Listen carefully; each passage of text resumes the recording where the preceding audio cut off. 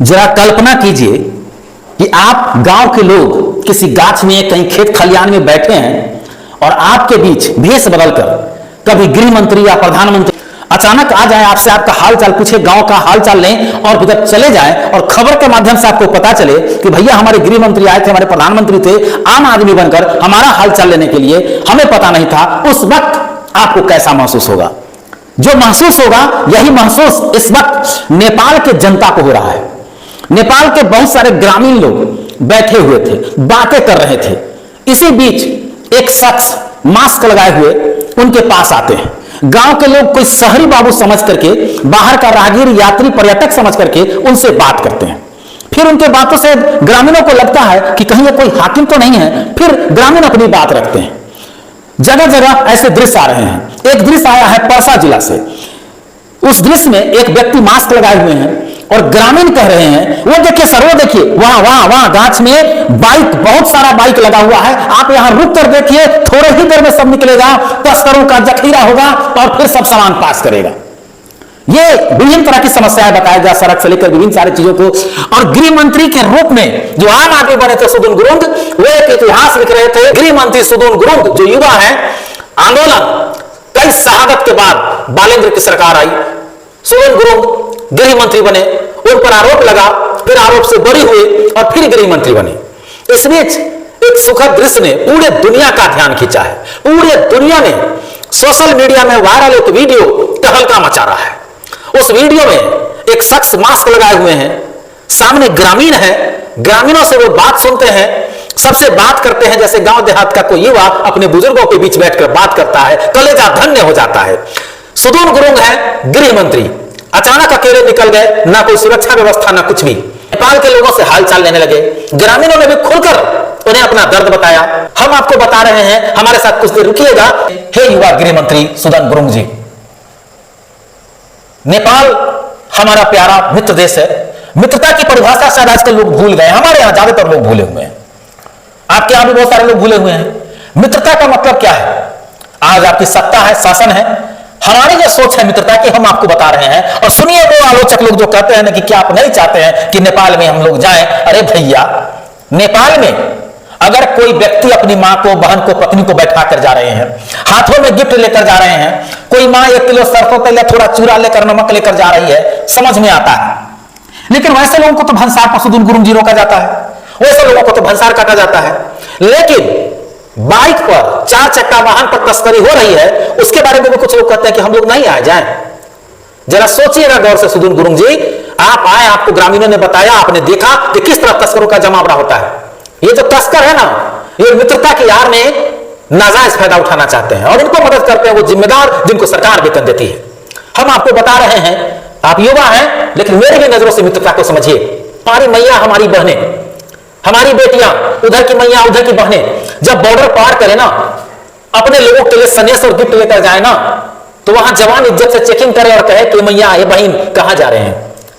रिश्तेदारी में जा रहे हैं, सामान थोड़ा सा लेके जा रहे हैं, मत रोक टोक कीजिए, इज्जत से आने जाने दीजिए। मित्रता इसका नाम है। मित्रता इसका नाम है कि नेपाल के अंदर या भारत के अंदर कोई नेपाली वाहन, इंडियन वाहन खराब हो जाता है, वहां के पुलिस प्रशासन उनको मदद करे, मित्र देश के नागरिक होने के नाते।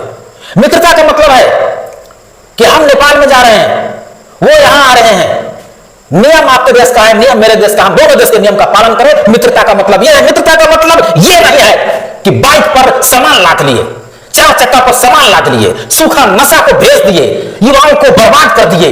सुदून गुरुंग जी ऐसे लोगों को पहचानिए गृह मंत्री जी, आप घूमे हैं फील्ड में। ये वतन का वो गद्दार निमक हराम है जहां 150 करोड़ की आबादी में पेट नहीं भरता है और उधर 3 करोड़ की आबादी में जाकर पेट भरता है। उधर के कुछ लोग हैं जो इधर माल बेचते हैं, उधर के कुछ लोग उधर माल बेचते हैं।